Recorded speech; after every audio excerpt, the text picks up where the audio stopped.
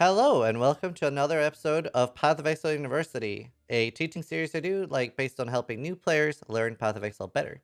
This is going to be Harvest 101, so an introductory lesson to Harvest and Harvest crafting. And for an advanced session, will be tomorrow with Harvest 202. Let's see. Right. So there are some changes. So if you were currently playing 3.13, Harvest will be different during 3.14. So we've tried to take those into account, but obviously we don't exactly know all of the changes and how it will affect everything. So we will be making an update video with the Harvest changes and hopefully the first 2 weeks of 3.14 Ultimatum. Um, so they have completely removed one modifier, and we'll start with that. What's like no longer in the game, but annulment modifiers, like for example, remove a specific mon is completely gone. So remove fire, remove cold, remove lightning. These are completely gone and do not exist anymore. There are still remove non-fire and add a fire. They still exist. Crafts that add a mod of specific types, e.g., for example, like add fire or add physical, can no longer be applied to influenced items. So you can no longer do both the like add fire or remove non-fire add fire on an influenced item. The latter could still work, but 99% do not. So that's like where we're gonna keep these changes in mind for Harvest 101. Right. Harvest is a league mechanic that can be encountered at random, and you can see the portal into Harvest in the top right corner. It's also visible on your map device. On your map. And it's worth mentioning just in case they don't remove it, but I'm 95% sure that this is going to be fixed. I can't remember if they've already said for sure that they are fixing it. However, currently there is a bug you can use to your advantage, where if you never speak to Ushabi, the next time you find Harvest, it'll say at the bottom, enter or clear the Sacred Grove or something. So as long as you've never talked to Ushabi, that message will appear. This is most likely fixed in 3.14. But whenever you enter Harvest, you are greeted with fields full of seeds, and they're spawned at random. There are some like really good ones to look out for, like Blister Lords, etc. And crafts are locked behind certain beasts. The one I mentioned, Blister Lord, is how you can, for example, throw in a random item and make it influenced, and it'll be random influence. So it's very strong. And there are 3 different colors. There's blue, yellow, and purple, and there are 4 tiers of these. And there's so many different subtypes of crafts per seed. Some are more rare, some are more common. Like the more like rare ones, like augment and stuff, or yeah, they're fairly rare. In 3.13 Ritual League, we had Haywark Hamlet, where this would make it plants in the area will give the rarest of 2 chosen crafting options. This may not be the case in the new league. We don't know what they're changing there. But there will be potentially things on the atlas to look out for that might help. Now, there are so many different options that we are 100% going to need to use third-party websites like PoE We can open it and show real quick, but it's called poedb.tw. And then here, for example, we have an amulet, and you can see the tags like elemental, fire, cold, resist, and you can see the different tiers and item level required by clicking on them. This is incredibly useful for crafting and basically mandatory. There's also another website called Path of Exile, which is a crafting simulator, and you can basically simulate item crafting, and I've used this for a lot of examples, and I'm hoping to use this more in 3.14, where you basically you can click on something and it'll give you a base type. You can say maybe it's a Crusader chest, and here is Harvest. And it's important to remember that Harvest still works on influenced items. There's been some misinformation on sites like Reddit where or in Twitch chat where people have said, oh, but you can't use Harvest at all on influenced items anymore. This is not the case. you can still use them. You just can't use augment or non-type to type. But you can still like reroll, and there are some really neat tricks we're going to be showing in Harvest 202 with this. And PoEDB and stuff update very, very quickly after patch changes. The Wikipedia sometimes is an entire league behind. So don't always rely on the Wikipedia, but it is still a great source of information, just sometimes outdated. Right. So let's have some examples of different modifiers of seeds. So here we have a primal maw. It reveals a random chaos modifier crafting effect when harvested. And that could have then like, it could have add chaos, like just it will exalt a chaos modifier, and it will have reroll chaos and things like that. Obviously remove is gone. Next up we have Primal Viper, reveal a random critical modifier. So this could be like add critical, reroll critical, or stuff like that. Next up we have Primal Syscaller, reveals a random body armor enchantment that replaces quality. Now replacing quality is important because remember, on especially things like energy shield items, the quality is really, really important. This will replace it with either, instead of quality giving energy shield, it will give intelligence, or it will add life or mana. And next we have the tier 4, and there is a tier 4 for each equivalent, like the purple and the yellow. Janar the Omen is the blue one, and in fact all of these are blue. But yeah, it reveals a random crafting effect for influenced items when harvested. So this can be things like, for example, reroll an influence item, or reroll an item more likely to roll influence items. I think that's the most common one. There's also augment an item, and it'll guarantee that it'll be an influence item. This won't add influence to a non-influence item, but if you already have an influence item, let's say you have an explosion chest and you're hoping to roll an influence item, that could very, very rarely add the explosion thing. So yeah, there are several good things to use Janar the Omen for. And sometimes you can also get remove non-influenced, add influenced.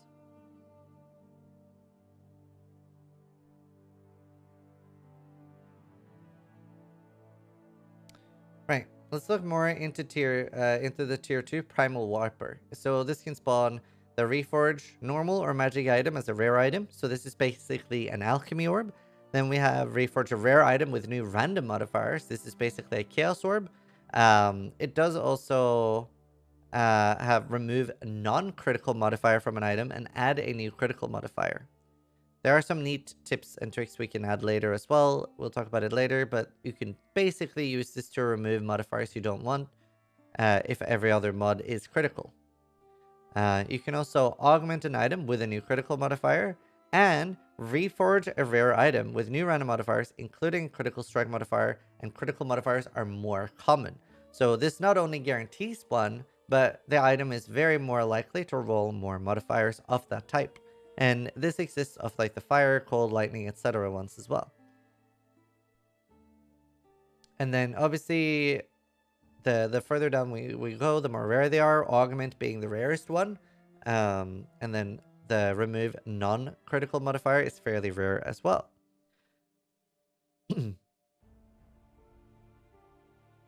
And pretty much they said that the rate you're going to be able to acquire the rarer crafts is going to stay around the same after the patch, but we don't fully know. So here we have a slide of what crafts look like in-game. At the top we have caster, we have augment speed, which is incredibly rare. I didn't have a single one in all of Ritual Hardcore SSF.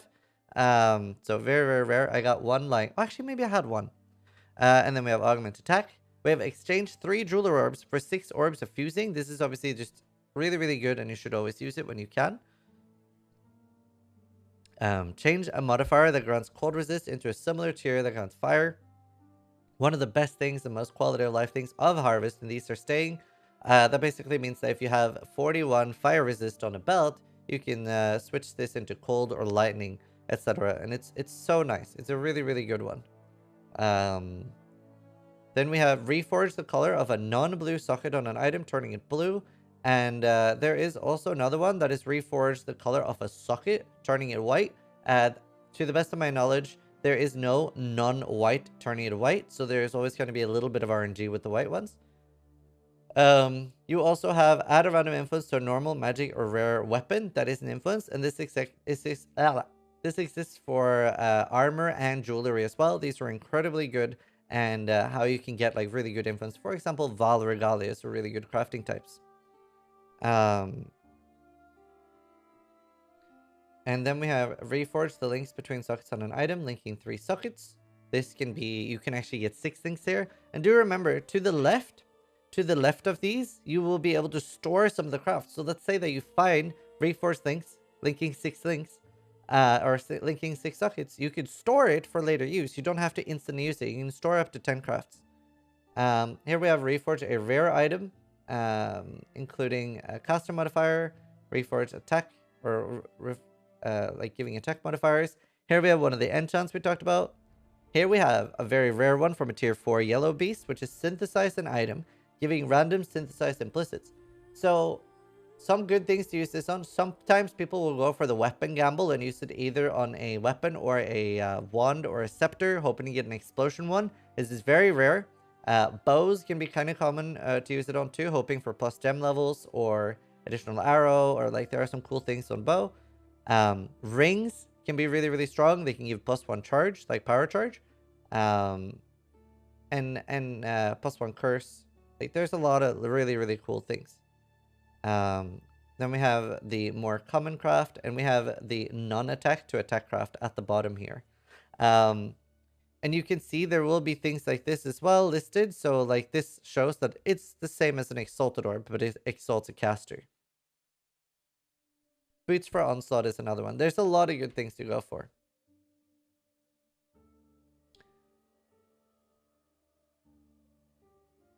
Let's see. I've actually covered all of this already. So, reforge a rare item with new random modifiers, including a critical, with them being more common, is like a chaos orb, but everything is... We don't actually know how much more common it is, but we're guessing that it's around 10 times more common. But we don't actually have the hard number, I believe. And then remove a non-critical modifier from an item and add a new critical modifier. This works like an annulment and an exalted orb, and it'll remove before adding. So it'll remove one modifier that is not critical, and then it'll augment a critical onto the item. And this will fail if it has already got all the critical affixes that exist on this item. And obviously you can for no reason bypass like 3 prefixes, 3 suffixes. The augment acts like an exalted orb, and if it's augment critical, it will force a critical. If there are no critical modifiers left to roll, it'll fail. And this is where knowledge is power, and you will need to use things like PoE.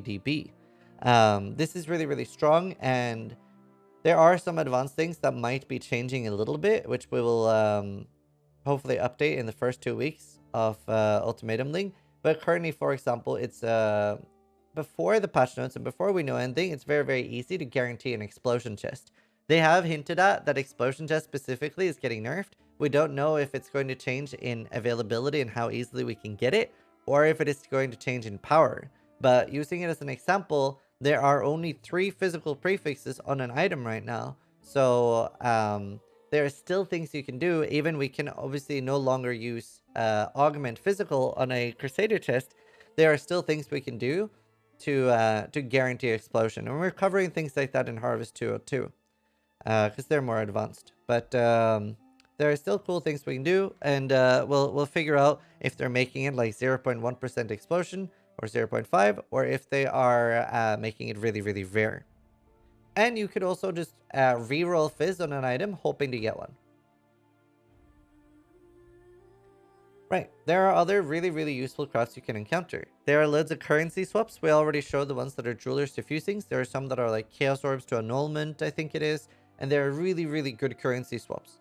Very, very good ones. So keep an eye out for those. There are also divination card swaps. These are sometimes very, very scary because there is one that is sacrifice a stack of divination cards. I will normally like specifically keep the one that it's Reign of Chaos is very good for this because it's very, very common. You can very quickly get a stack of 8 and then sacrifice that stack and you will get 8 random divination cards. There's another one that is sacrifice up to half of a divination card stack, and it has a chance of doubling it. It has a chance of doubling it. So this is very good. Make sure you don't swap those. Sometimes we've seen people sacrifice a stack of 4 doctors for the headhunter card, and they're very, very sad. So make sure you read with the divination card gambles what they're doing. Sometimes they'll just swap one divination card to another. This seems to, the best of my knowledge, very, very nicely weighted for rare cards. And I've gotten a lot of good cards just out of the simple swap to swap. So they're pretty good. There are really good gem crafts as well. Like, for example, sacrifice a gem, get up to 50% of its experience. And this is good to either do trash 21 gems or corrupted level 20 gems, and you get a large amount of experience, or bricked empower level 3s or enlightened level 3s are also a large amount of experience. Now, do remember, a level 21 or a level 4 enhance, for example, will not give more XP because there is no XP to go from level 3 to 4. It is just a vol. So a level 21 and level 20 will give the same amount of XP. There are some other cool gem crafts as well, like a 5% chance to awaken a level 20 support gem. So you could do like Spell Echo or Multi-Strike and have a 5% chance that it will be awakened and become good, or 95% chance that you lose it. There are map and map fragment enchant swaps, and there are some other ways to manipulate your atlas, like swap maps around to things you need. And the fragment swaps are a savior on Soul Selfan. Sadly, there is, for Soul Selfan, it's a very, very big downside that there is no way to swap the Uber fragments. So, like the Shaper fragment you can't swap, and the Elder fragment you can't swap. You can only swap the fragments that lead to Shaper or lead to Elder, but those alone are very, very big. But as a quick example of how unlucky you could be, I got 18 of the Uber Elder top left fragment in a row, and none of the bottom left.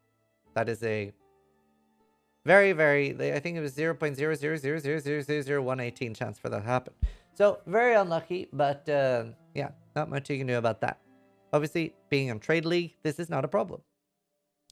There are also league mechanics for swapping items, like sacrifice a unique item, get another, either any unique item or a unique item that has the same size back. And there are things like that as well.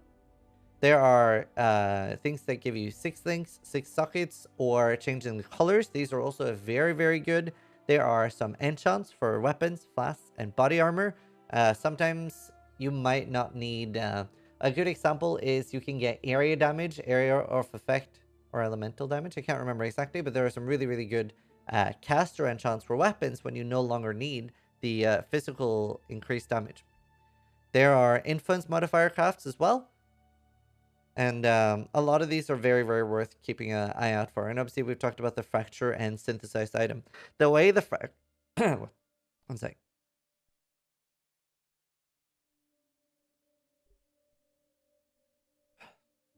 The way the fracturing and modifier works is there are 3 different crafts. You can fracture a prefix requiring at least 3, so you have a 33% chance that it'll hit the one you want. Or fracture a suffix, you need 3 at least, same chance. And then you also have fracture any modifier, but you need at least 5. And the best use for this, like for example, generally people would be crafting weapons in this way. So you'd be rolling something really, really rare, like Merciless or Tyrannical or Emperors or Dictators, which are like really high percentage physical crafts. And then you will fracture that and then continue rolling the item afterwards. You will like either like use randomized physical or like reroll physical, and roll the item like that afterwards. Do remember, you cannot divine the item in any way afterwards. Like you can't divine the fractured stat in any way. And also, if it hits something else, it's basically broken. You don't want to continue using it. And yeah, there are so many like really, really simple ways to like help you. Like this is such a good thing for new players because it's very easy to craft gear. Just being able to like make jewelry with some crit on it, like crit multi on an amulet, it's very, very easy with Reforge with critical. And it's basically like the game is giving you free chaos and free alchemies and stuff, but specifically for crafting, and you're not gonna like, you don't have a way to store it. Reforged with life as well, incredibly easy to get really, really good usable gear. So for armor pieces, you could do Reforge with life or defense, and then life for life rolls, obviously, or defense for energy shield rolls. Um, and then you also have like, you could use Reforge with X element. So Reforge with fire, you could spam that on a belt, and eventually you have a pretty decent chance that it's gonna hit like fire resist and maybe life. Early on in the game, reforging with physical is a great way to get really good fist weapons like axes, swords, bows, etc., depending on what you want. Um, and for casters, you can do reforge with X element or chaos. And there's a really, really good trick here for making super easy caster weapons. And that is, if you have a wand, which is item level 2, and you use that in Harvest, let's say you do reroll or reforge fire on an item level 2 wand, it is very, very likely to get +1 fire. So a best case scenario here would be to get +1 fire and an open prefix, and then you can craft 50-60 spell damage on it, and you have 50-60 spell damage and +1 fire. This is an incredibly strong wand, especially for how easy it is to get, and you can do everything in the game with that. Like, I've easily done Awakener with items like that. So the way you look at item level and find that out is just by holding Alt on the item. So if you're wondering how to get an item level 2, the easiest way is literally make a new character, kill Hillock, and then without using the skill point you get, vendor a Scouring and a Scroll of Wisdom, and you'll get a Book of Regression, which will bring your character back down to level 2. This will now let you buy item level 2 once, and then it's pretty straightforward. You just reforge these with any element, and such a big chance to get +1 spell. We have Reforge with speed. This is obviously really, really good for oh, sorry, yeah, the character will be level 1 and the vendor will sell you level 2 things. Reforge with speed, really good for crafting movement speed boots, but you can also use this on weapons to try to hit high attack speed things. Can also be used on jewels to try to get a jewel with like multiple attack speed rolls or cast speed rolls. Cluster jewels. Cluster jewels can sometimes be a pain, but if we do open the PoE DB website that I showed you, you can see that there are tags. Sometimes the one you're looking for might be the only thing that is tagged defense or only thing that is tagged fire. And that means that it will basically be guaranteed when re-rolling with Harvest.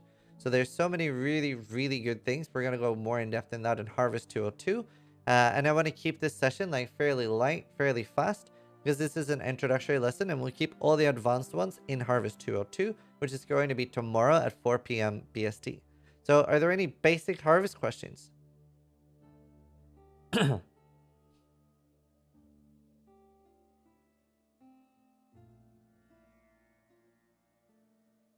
Oh, that is a good point that Tahu brought up. You can use the Reforge or things like that to Chaos roll or Alchemy roll your maps. That is a very, very good tip that we should have in for next time for the first lesson.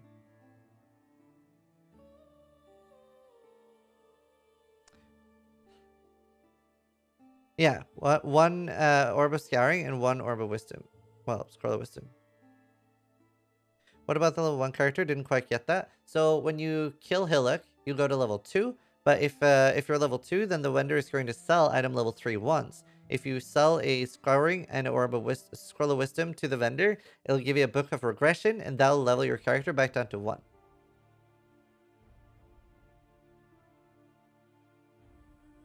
Yeah, synthesizing an item and fracturing it, also, they both count as influence. You can't have a synthesized and fractured item, and you can't have a fractured item with Conquer Influence.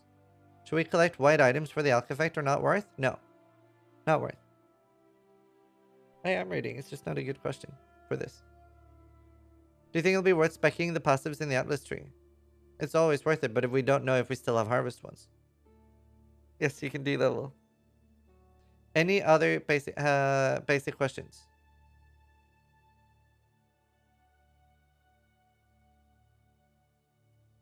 If not, a lot of the advanced things will be answered in Harvest 202. We are going to next time, Apple.